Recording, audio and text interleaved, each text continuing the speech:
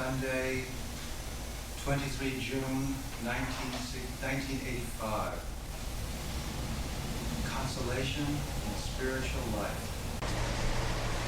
This is the last Sunday service of this session.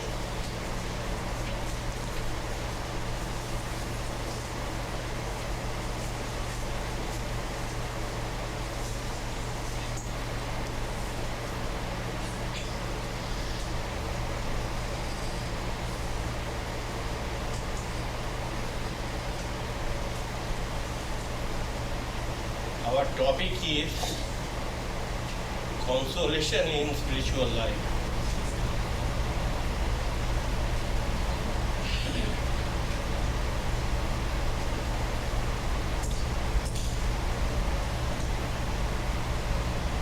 We do not understand.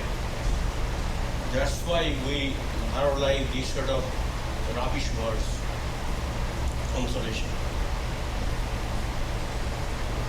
Such is the spell of ignorance, that we are not given to understand the real business of spiritual life and its tremendous efficacy in giving us happiness and peace.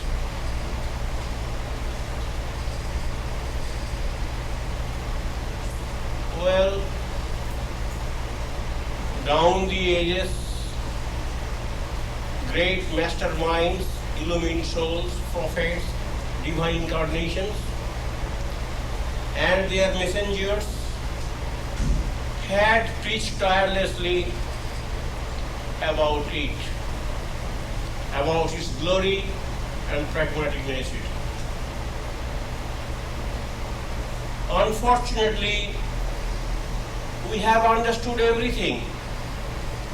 We know nature, we know little science, we can go to the moon, depth to the water. We have achieved phenomenal success in our outer life. But with regard to our real and genuine achievement about spiritual life, we cannot say that we have achieved much because we are really ignorant about it.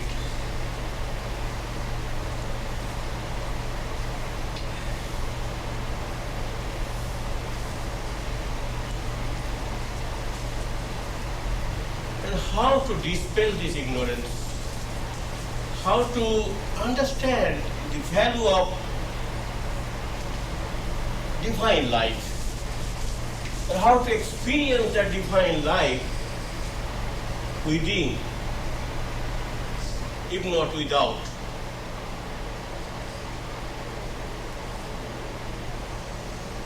Let us try to understand it. This human body is just like a ball. It has got absolutely no value. Don't be scared. Have patience. Let us try to understand it. The bulb assumes its value when it is connected with electricity. Then it gives a service. Nobody keeps bulbs for nothing. Bulb for service. Bulb by itself cannot give us any service. So when bulb is used to transmit electricity, when it acts, it is used as illuminator, dispeller of darkness. That bulb assumes value. So body is just like the bulb.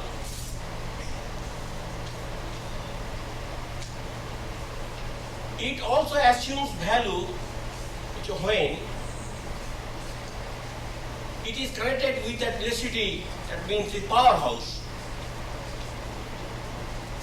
What is the powerhouse? Powerhouse, our real life spring, out of which this body has been manufactured and by which the body is sustained, animated. When that connection is snapped, we die. When current is not supplied, bulb cannot illuminate.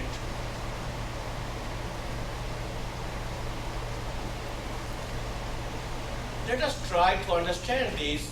The value of bulb is there so long it is able to illuminate, act as illuminator.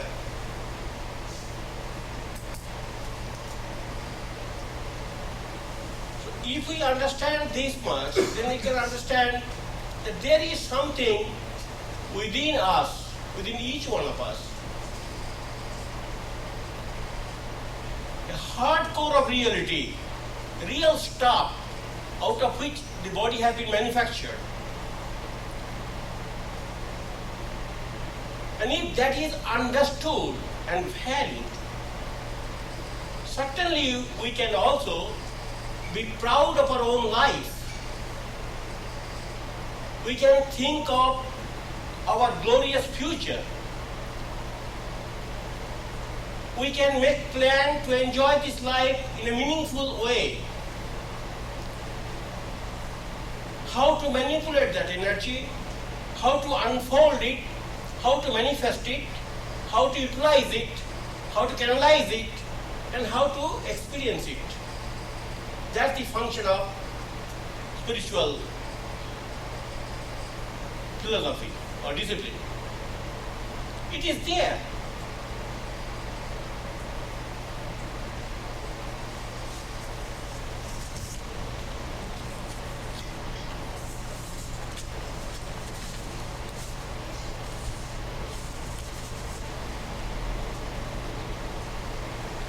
Now this alienation from that reality, because we think we are body. The moment we think we are body, we are not thinking about the soul which ensouls the body. Over soul, spiritual stuff, or in Bible language called God. We are so obsessed with the idea of body, and not at all giving the importance about the reality which sustains the body, which has manufactured, which is sustaining the body, and which will take back the body into it. Body will be dissolved into it. Anyway, so this alienation can be restored by following spiritual discipline. This bridge can be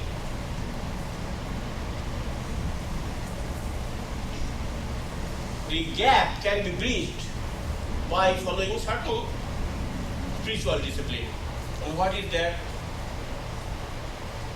By not giving importance to the body aspect, but by giving importance to the source aspect, the reality aspect, the God aspect, the divine aspect, we can counteract the evils originates from body consciousness. So it is a great mother. As mother affectionately takes care of her children, as mother never feels exhausted while taking care of her household. So down the ages, these religious principles, these godly attributes, these divine aspirations have helped us to look beyond.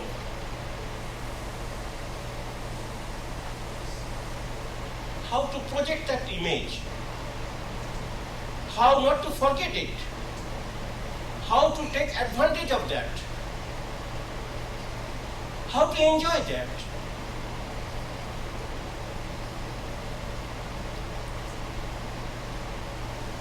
And those who are busy or keeping themselves busy in this act of enjoyment, they have withdrawn themselves to a certain extent from the glamours of the outer world and have given their best attention and thoughts to that beatitude embedded within.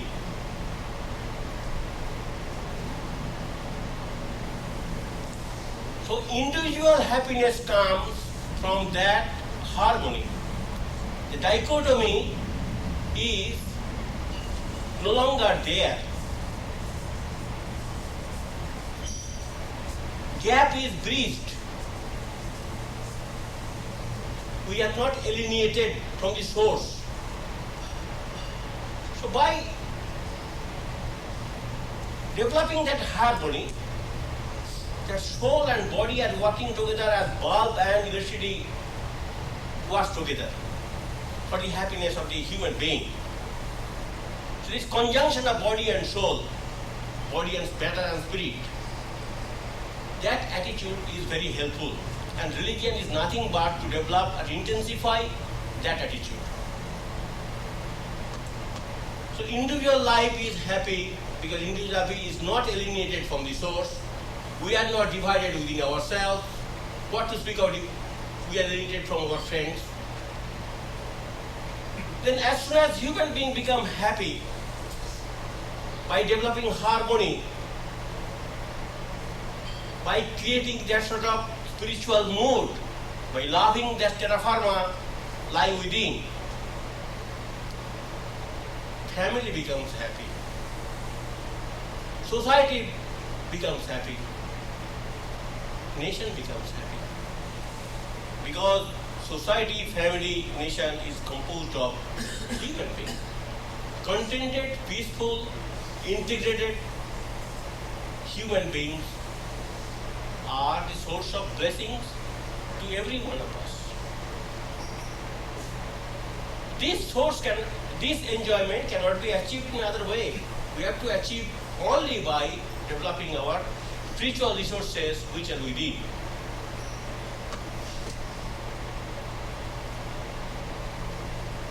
Man is made of three gunas or three primordial elements. That is Satya, Rajas and Tamas. Tamas means inertia, dullness or brutish. Rajas means human ambition, hectic desires. Satya means calm, balance, serenity, composed, which is godly, human and brutish. Now we can easily understand that within each of us these three elements are there. Unless we control the lower passions, we cannot generate the higher passions. So we have to give our attention how to control these lower passions, lower moods, lower aspirations with the help of the higher mood, higher aspiration is also there. We cannot say we are deprived of that privilege. We feel sometimes we are also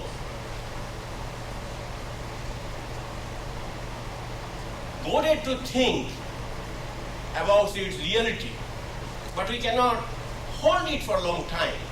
We lose our grip over it.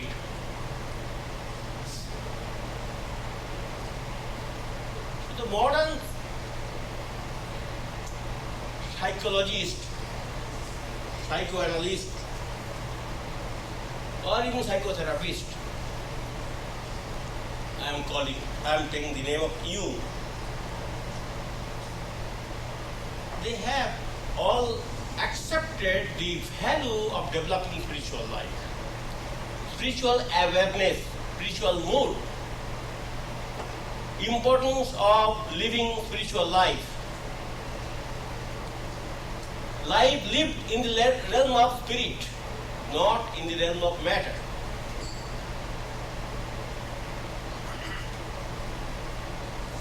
I am reading from the celebrated, oft-quoted at least maybe 50 times has been read. Man in Search of Soul, 1933. You can easily understand what is going on in 84.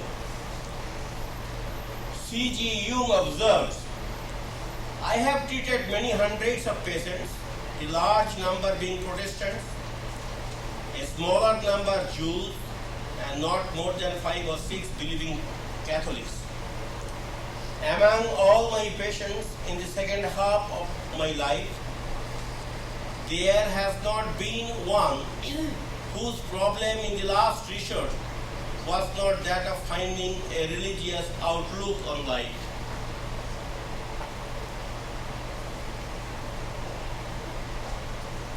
Religious outlook of life, spiritual outlook of life is a must for every one of us if we want to enjoy harmony and peace.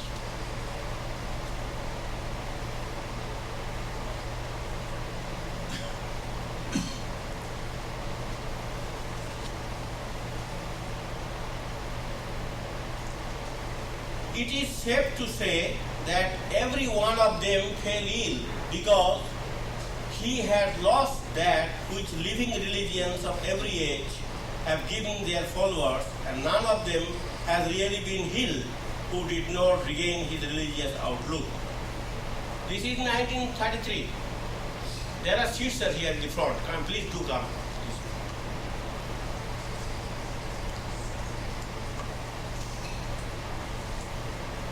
Please try to visualize the situation. Unless we are able to develop a philosophy of life based on spirituality, based on real knowledge or wisdom, we are not able to enjoy harmony which you are searching, or peace which you are searching.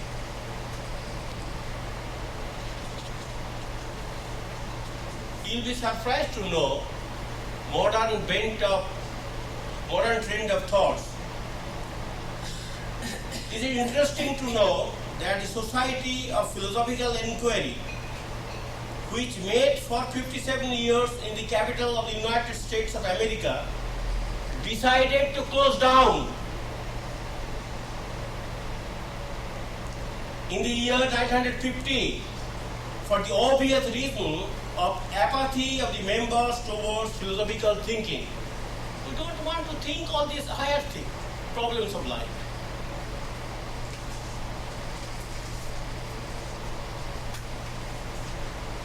So our lack of spiritual interest, lack of philosophical thinking,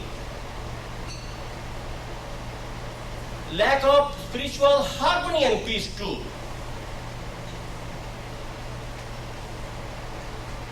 had given us this sort of attitude of life.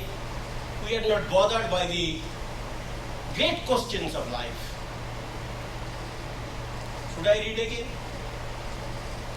It is interesting to know that the Society of Philosophical Inquiry, which met for 57 years in the capital of the United States of America, decided to close down in the year 1950 for the obvious reason of apathy of the members towards philosophical thinking. We don't want to think all these high thoughts. We are captivated by lower thoughts. Well,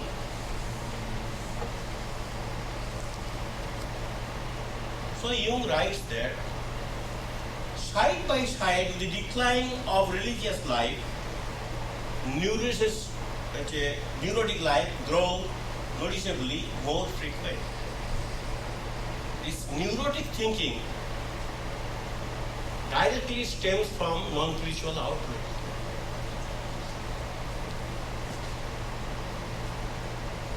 So today we find that many people are suffering from mental trouble.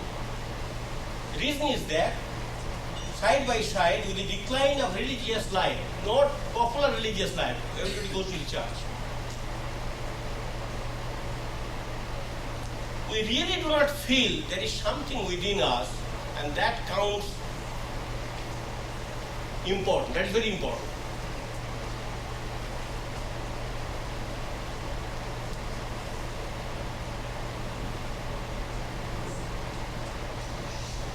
misguided development of the soul must lead to psychic mass destruction. Today we are suffering from the ills of materialism. We are too materialistic.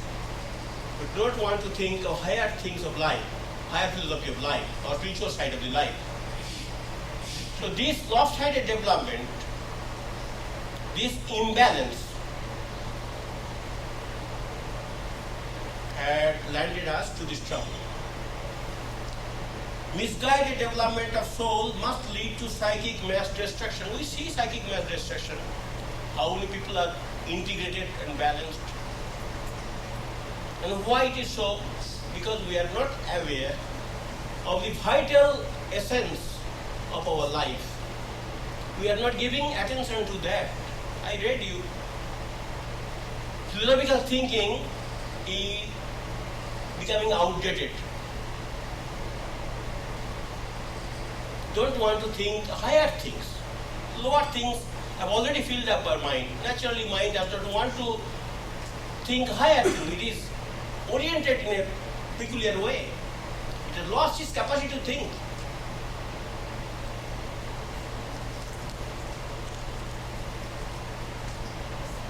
When that sort of situation comes in human life, I shall be reading from Tolstoy, William James, and Rabindranath Tagore, Rabindranath's father.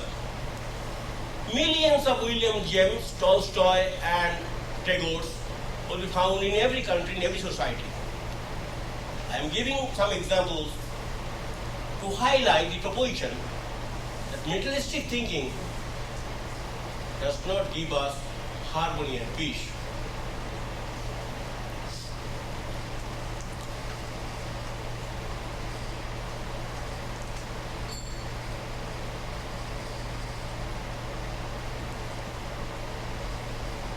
Suddenly there seemed nothing to hold on to, and he felt, Tolstoy, that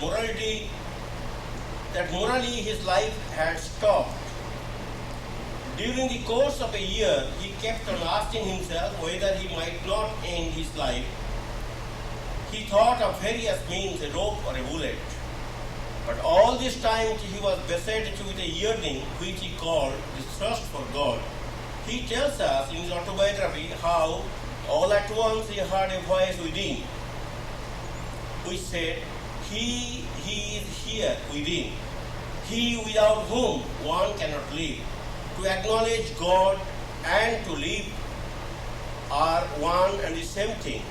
God is what life is. Accept God and live. After these things cleared up within me, and the light has never wholly died away. I was saved from suicide. Just how or when the change took place, I do not know. But as insensibly and gradually as the force of life had been annulled within me, I had reached my moral deathbed, just as gradually did the energy of life came back. So he was happy by discovering within himself that terra firma, that ground, that real stuff, that divine essence. And when he was trying to manipulate that, unfold that, manifest that, experience that, by leading heightened spiritual life, by shifting his attention from periphery to the center, he was enjoying his life. So life can be enjoyed by any one of us by changing our attitude.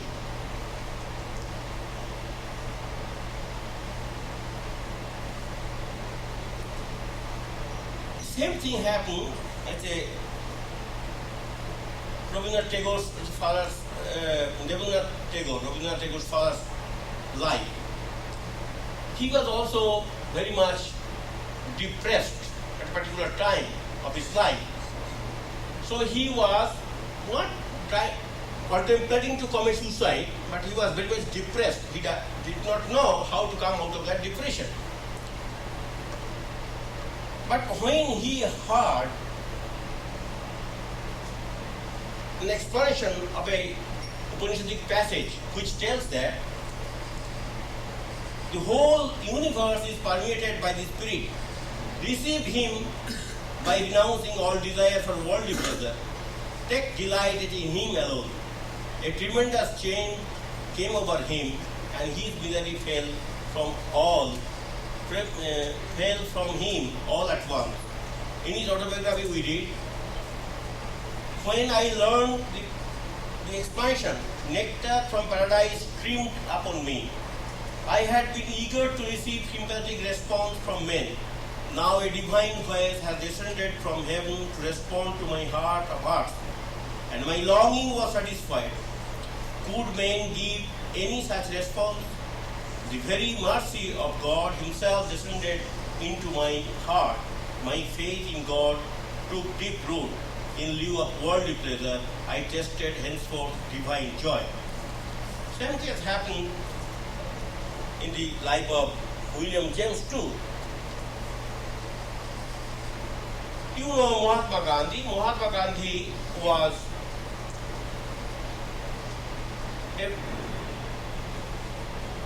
engaged in political reformation and social work. His life was beset with problems. He was confronted by many ugly situations which he could not solve. He categorically mentions that by pondering over the verses of the Gita, by reading it sincerely, by trying to understand the hidden meaning of those passages, he was saved from lunacy. He utters the word lunacy. So, through intense prayer, through intense communication, by understanding the divine scheme, he was able to maintain his sanity, his harmony, his peace, and tremendous legacy that he left behind.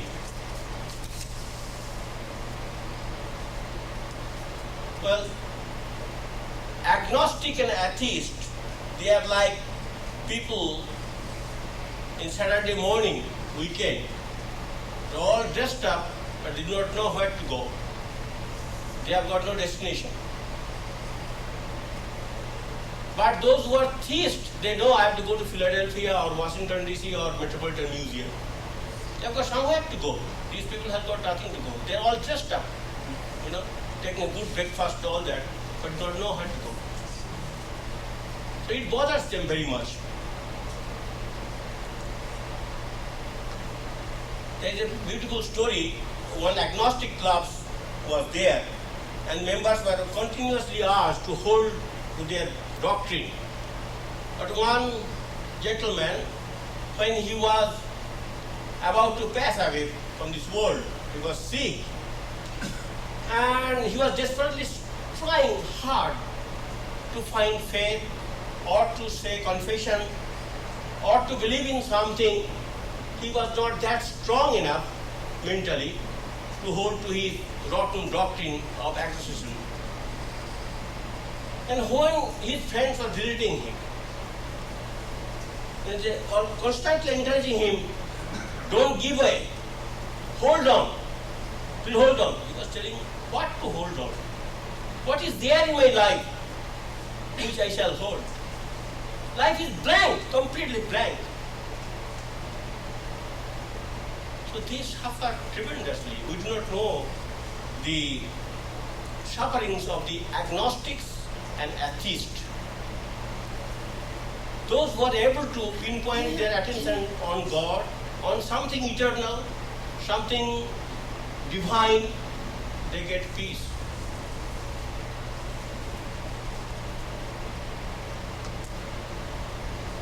There are 100 soldiers. You find that soldiers, when in the battlefield, when they are hard pressed to maintain their sanity of life,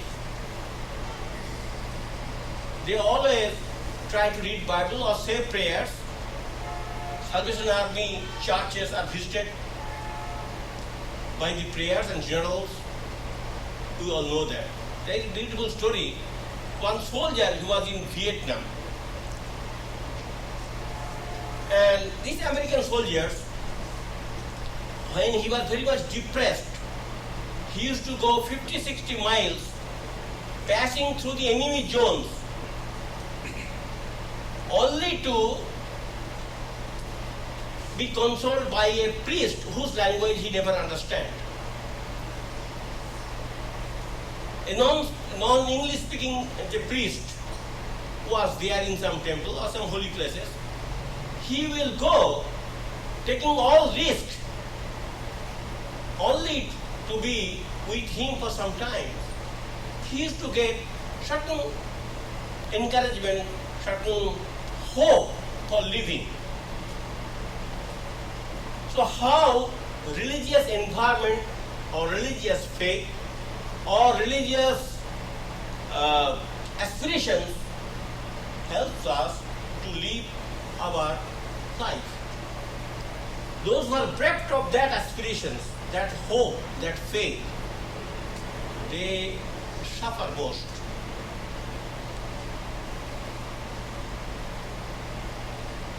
Louis Michel, one of the notorious commune leader of Commune of Paris, which lasted from March 18 to May 28, 1871, and she herself killed in those days only 12 or 14. Now she would have killed thousands. Then a change came to her life. She says, after all, a woman was not supposed to kill people in the year 1871. So there tremendous reaction came, and to avoid arrest, she took shelter into a convent. Convent girls knew, and they treated her well, and they tried to give her peace by telling the story of Christ. Christ is Redeemer, and Christ will definitely restore peace in her troubled mind. So when she was about to die, the convent girls came. Well, Michelle, I hope that you have got peace now and you regret your past deeds. You need not tell me. I have understood, I have experienced, and I have lived good life here.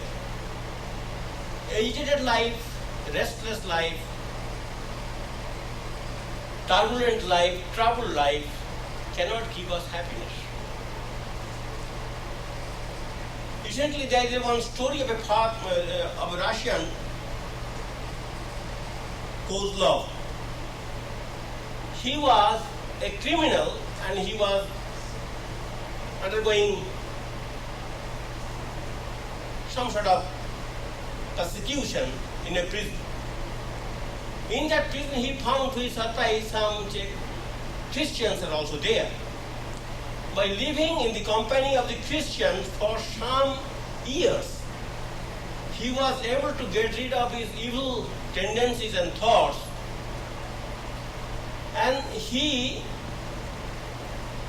came to accept the message of Christ. So he was converted in the prison itself, and when he was released from the jail, he became a Christian, practicing Christian. And for that reason, he was also arrested sometimes. Then the police officer used to tell him, better you become criminal, why you become Christian? But at that time he says, I was suffering that same troubles in the prison.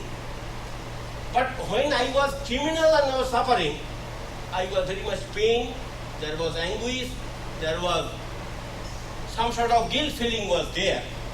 But when I was undergoing this sort of suffering because of my Christian attitude and Christian lifestyle, I felt happy. I felt peace. I thought I am doing something for my own spiritual life, and this suffering did not bother me. Whereas equally he was subjected to suffering when he was a criminal. that bothered him because his mind was not free from guilt consciousness.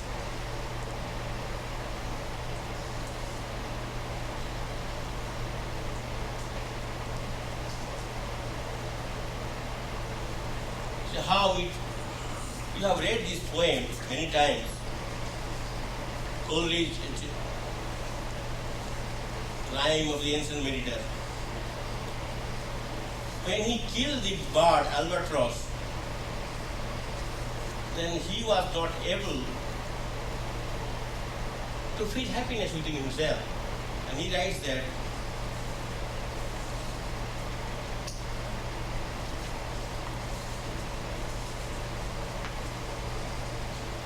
I looked to heaven and tried to pray, but whatever a prayer had gushed, a wicked whisper came and made my heart as dry as dust. When guilt feelings overtakes us, when we are not leading spiritual life, when we are prone to commit ordinary weaknesses of human life, that brings guilt feeling within us. And that does not help us to articulate our prayer.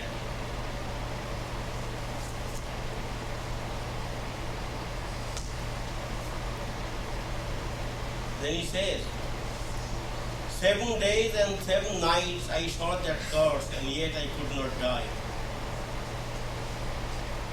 Then lastly, when he was redeemed due to his continuous repentance, when he was excused of his guilt, he says, the self-same moment I could pray, and from my neck so free, the albatross fell off and sank like lead into the sea. It all happens. We all know this is the consolation of religious life means when you are trying to come nearer to God, nearer to your Maker, nearer to your real stuff, when you are trying hard to develop harmony within yourself, integrity within yourself, peace within yourself, by leading higher spiritual life and by controlling your irrational drives with the help of that strength which is called divine strength within you, you are happier than your previous self.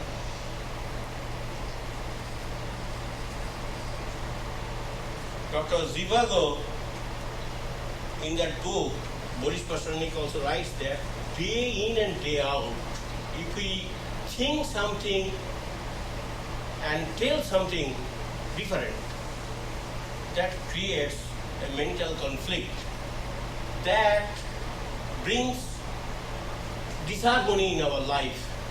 We cannot stand the strain of such troubled conscience. We are not happy within ourselves. Why? Because we are not able to respond to the divine urges of our life. The silent voice of conscience is trying to tell us something which we don't want to hear due to our peculiar orientation. And when we become too much materialistic, when we are trying to satisfy our lower desires of life, when we are alienating ourselves from our better self or higher self, this continuous alienation and continuous guilt feeling creates problems in our mind as well as in body.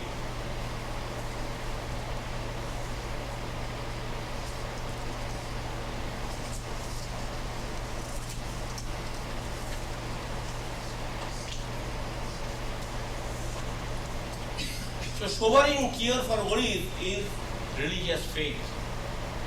It is told by William James, who was not believing all these things.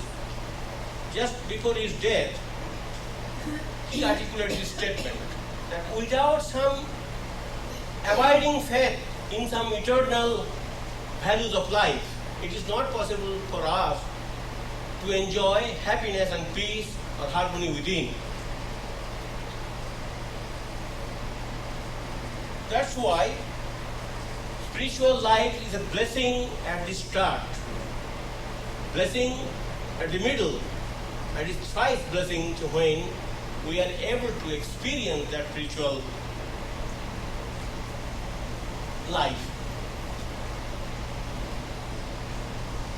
So by trying to come nearer to God, by trying to develop our hidden spiritual propensities or aspirations, we are trying to build up harmony within ourselves, and that harmony, that integrity, and that peace gives us another frame of mind.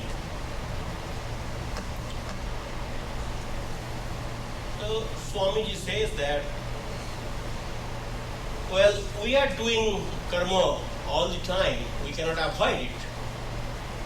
But those who are engaged in doing some good karma, helping some people in some way or other, practicing unselfishness, giving some time or energy or money for the good of the others, this unselfish attitude of life will bring them some blessings definitely, because nothing goes in vain.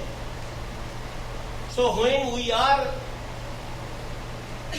trying to develop our higher life by following certain higher principles of life, higher disciplines of life, we can be assured of our future happiness. Because we are trying to create harmony within us by following those dictates of higher spiritual discipline. So Swamiji says that your good karmas will come to you in the form of angels. In times of necessity, in times of depression, in times of crisis, you will find that you are receiving help from unknown quarter. That means your good karmas are fructified. You are enjoying your own good karmas done previously in the form of those helps. And bad karma also will give us trouble. Swamiji says, like tigers, they will leap on us. So this much we understand, that when we try to develop some divine mood, try to cultivate certain divine aspirations within us, by withdrawing ourselves from the ordinary things of life, by giving our mind to the higher things of life, we are creating harmony within us. We are reaching the feet of God. We are trying to deepen our spiritual life. And every act of spiritual discipline done consciously and intelligently will bear fruit, and that fruit will be enjoyed by ourselves. So one single person in a society can give peace to the multitude, radiate peace to many, by becoming whole, by becoming integrated, by becoming godly. These are the blessings of spiritual life. These are the consolations of spiritual life. We cannot ignore that, because guilt consciousness plagues us, because we have directed our attention to something which is undesirable. So if we are able to eschew our mind from the undesirable thoughts and spiritual motivations, we are creating a better atmosphere within ourselves.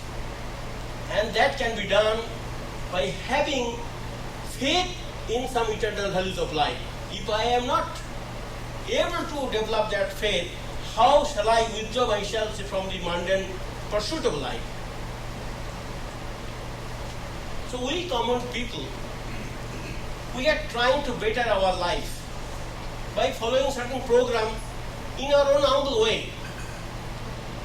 We know that by keeping ourselves engaged in some good acts, divine worship, in practicing little unselfishness, charity,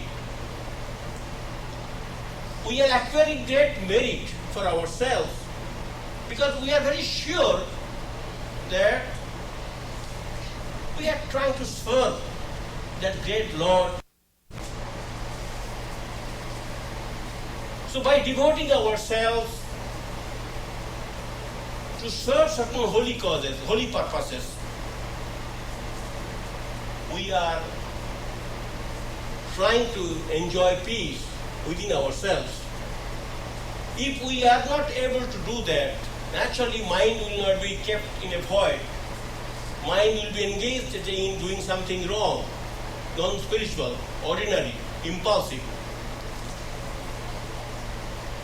So by engaging ourselves in those acts, we are not going to enjoy our life as a peaceful person. Peace will be far off from us. So consolation comes from this. My life is well spent. My life is to a certain extent directed for developing the spiritual aspirations of life. I have cultured that or nurtured that. I have taken pains to develop that. So that sort of thinking gives us strength, gives us peace, gives us consolation.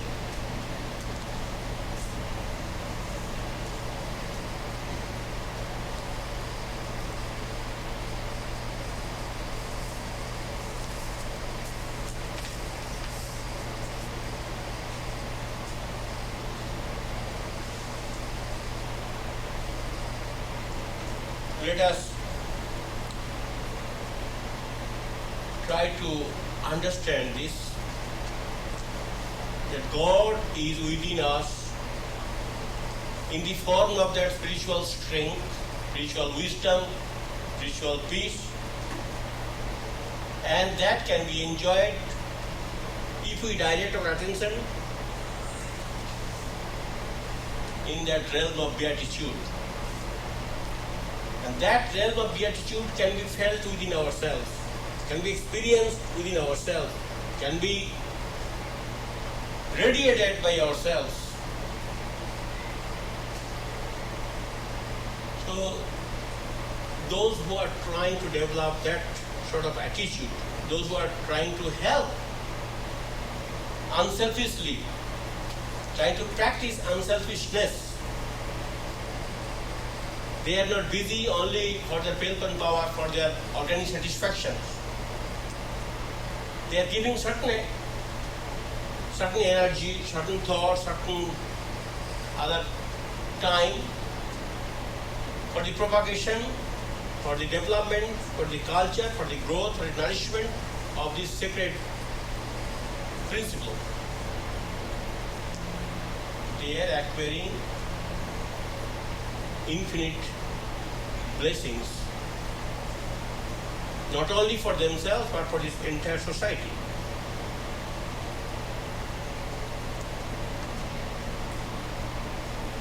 This house of truth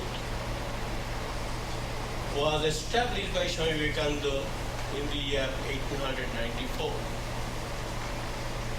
In Manhattan, this society is functioning.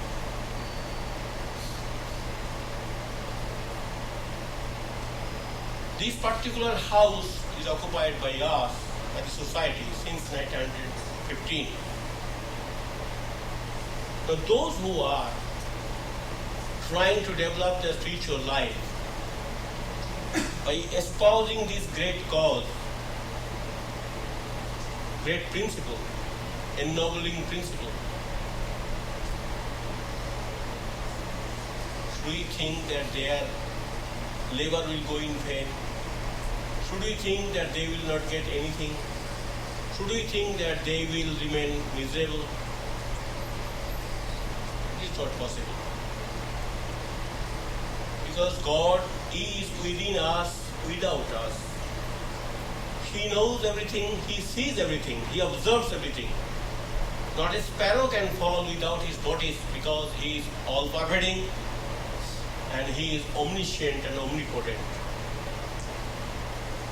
Without believing in these philosophical statements, we can believe from our own inner experience that when we try to do something unselfishly for something, somebody or some institution, we feel happy, we feel blessed. So that blessedness, that happiness, that strength comes to us due to our preoccupation with these thoughts and ideas.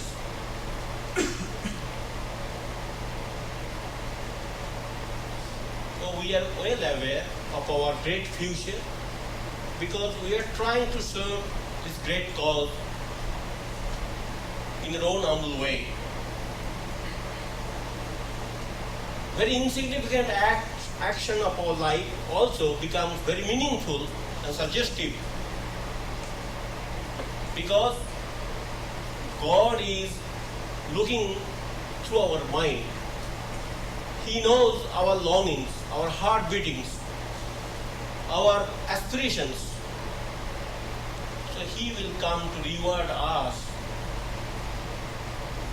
when necessity will come. May we all be able to comprehend this eternal truth lying deeply embedded within us. And by knowing it, we'll be able to regulate our life, discipline our life. And that regulated life, disciplined life will help us to enjoy peace within and without.